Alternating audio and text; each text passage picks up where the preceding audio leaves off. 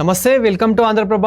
నేను ప్రశాంత్. ఈరోజు మనతో పాటు సీనియర్ పొలిటికల్ అనలిస్ట్ అర్సుమల్లి శ్రీనివాసరావు మనతో పాటు ఉన్నారు. నమస్తే అండి. నమస్కారం అండి.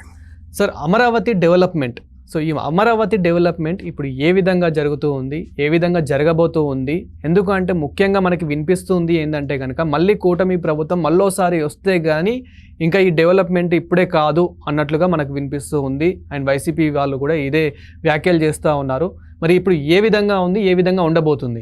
ఇక్కడ అమరావతిలో ఏ రాజధాని అయినా డెవలప్మెంటు లేకపోతే దాన్ని అభివృద్ధి చేయటం, అది ఒక నగరంగా విస్తరించటం, రూపురేఖలు రావటం అనేటువంటిది లాంగ్ టర్మ్ ప్రాసెస్ అండి. అది ప్రస్తుతానికైతే అమరావతిలో ఐకానిక్ బిల్డింగ్స్ అయినా, అసెంబ్లీ భవనము ఆల్రెడీ హైకోర్టు రెడీ అయిపోయింది. ఇలాంటివన్నీ అవి రెడీ అయిపోతాయి.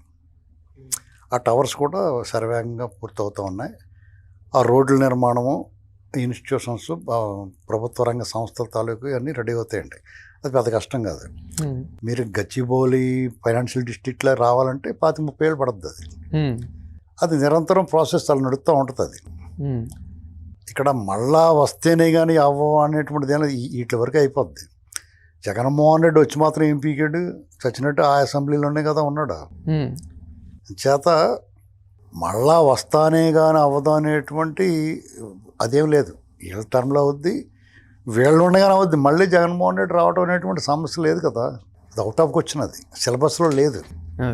జగన్మోహన్ రెడ్డి మళ్ళీ వస్తాడో, మళ్ళీసారి అతను ఎలక్షన్లో కంటెస్ట్ చేసి 11 కన్నా ఎక్కువ సీట్లు వస్తాయనేటువంటిది ఆ సిలబస్లో లేదు. కాబట్టి ఆ ప్రశ్నే ఉత్పన్నం కాదు. సార్, ఇక్కడ రాజధాని అమరావతి ఇప్పుడు రైతులకి చాలా అన్యాయం జరుగుతూ ఉంది. అక్కడ చాలా అక్రమంగా కడతా ఉన్నారు, అమరావతి రైతుల భూములు లాక్కుంటున్నారు అని చెప్పేసి వైసీపీ వాళ్ళు వ్యాఖ్యలు చేస్తూ సభ నిర్వహిస్తూ వాళ్ళు అక్కడికి చర్చకు రావడం జరుగుతూ ఉంది. అయినప్పటికీ ఇప్పుడున్న ప్రభుత్వం అడ్డుకోవడం జరుగుతుంది, అక్కడ ఉన్న పోలీసులు అడ్డుకోవడం జరుగుతుంది. మీరు వాయిదా వేసుకోండి అని చెప్పడం జరుగుతూ ఉంది.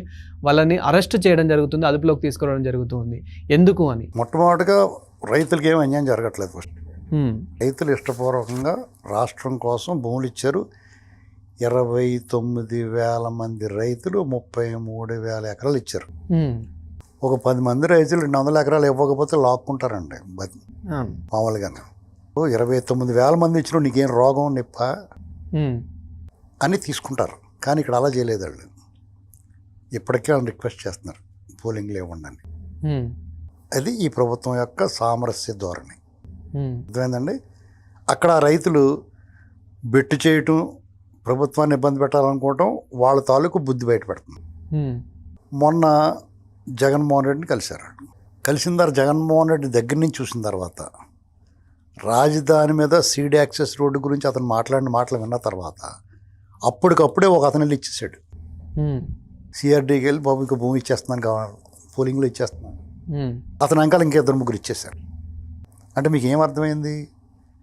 10 ఏళ్ల పాటు భూములు ఇవ్వనోడు జగన్మోహన్ రెడ్డి దగ్గర నుంచి చూసి మాట్లాడిన తర్వాత ఓరు బాబు వీటితో వెళ్తే దెబ్బ అయిపోతాను రా బాబు అని, వీటి అలా బుర్రలేదురా బాబు అనుకుని ఇచ్చేసారు.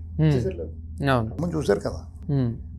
సరే, అక్కడ ఏదో భూములు వాళ్ళు పిలిచారు, అన్యాయం జరిగిపోతుందని వీళ్ళు వెళ్ళటానికి ప్రయత్నం చేశారు. నేనేమంటానంటే అమరావతిలో ఏం జరిగినా అక్కడ అన్యాయం జరగట్లా, వాళ్ళు రైతులకి ఏమి ద్రోహం చేయట్లా. ఒకవేళ చేసినా అడగడానికి అసలు హక్కు లేని వాళ్ళు ఎవరైనా ఉన్నారంటే వైసీపీ వాళ్ళు. ఎందుకంటే అక్కడ right of admission reserved for YCP, Jagan gang. ఎందుకంటే మీరు అమరావతిని శ్మశానం అన్నారు, అమరావతిని ఎడారన్నారు. ఆ పొట్టోడిని వేసుకుని ముంచేయడం చూశారు. మంగళగిరి ఎమ్మెల్యే, మాజీ ఎమ్మెల్యే ఉండేవాడు ఆళ్ళ రామకృష్ణారెడ్డి అంటే కరకట్ట కమలాసన్ అంటారు కదా. ఎందుకు మాట్లాడుతున్నానంటే నేను సంస్కారాత్మకంగా మర్యాదగా మాట్లాడాలి, కానీ ఆ కురచబుద్ధోడికి అలాగే మాట్లాడాలి. లేదంటే వాళ్ళు మేమేమైనా అంటాం, మమ్మల్ని ఎవరు ఏమన్నారు అనుకుని తెగ ఫీల్ అవుతున్నారు. మిమ్మల్ని కూడా అంటారా బాబు అని. అందులో నాగలటోడు అంటే ఇంకా పెంట వాళ్ళకి. అర్థమైందండి. అంటే మీరు ఇదేంటి ఇలా మాట్లాడుతున్నాడు అనుకోవచ్చు మీరు. అందుకున్నాను వీళ్ళు అమరావతిలోకి అడుగు పెట్టడానికి హక్కు లేదు వాళ్ళకి. అమరావతి గురించి మాట్లాడడానికి అసలు అర్హత లేదు. పై అక్కడ నిర్మాణ సామాగ్రిని దొంగిలించిన దొంగలు వీళ్ళు.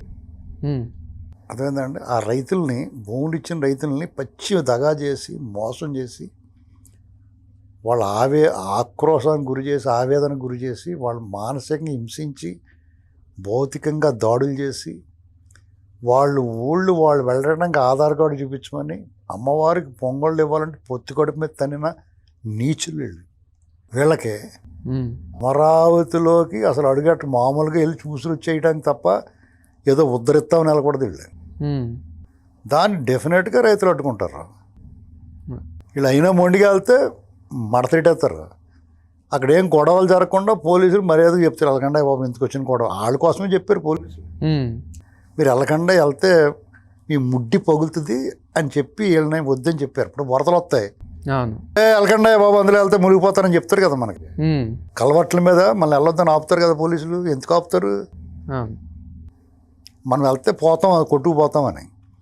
అలాగే వీళ్ళు ఇష్టమైనట్టు అమరావతి ప్రాంతం వేశ్యల రాజధాని, వాళ్ళందరూ పెయిడ్ ఆర్టిస్టులు, ఇలాంటి మాటలు మాట్లాడి అమరావతి నాశనాన్ని కోరుకుని మీరు వెళ్తుంటే వాళ్ళు చెంప పగలు కొడతారో, ఈపి చెట్లు కొడతారో, వద్దురా బాబు అని చెప్పి వీళ్ళ మర్యాద, వీళ్ళ రక్షణ కోసం ఆపారు వాళ్ళు. వీళ్ళేదో పెద్ద తోపులు తురుములు, వీళ్ళు వెళ్ళిపోతే ఏదో జరిగిపోద్ది అక్కడ, వాళ్ళు భయపడేం ఆపలేదండి. అది వాళ్ళు తెలియాలి. వాళ్ళకి వాళ్ళ బుర్ర తక్కువ కూడా తెలియదు.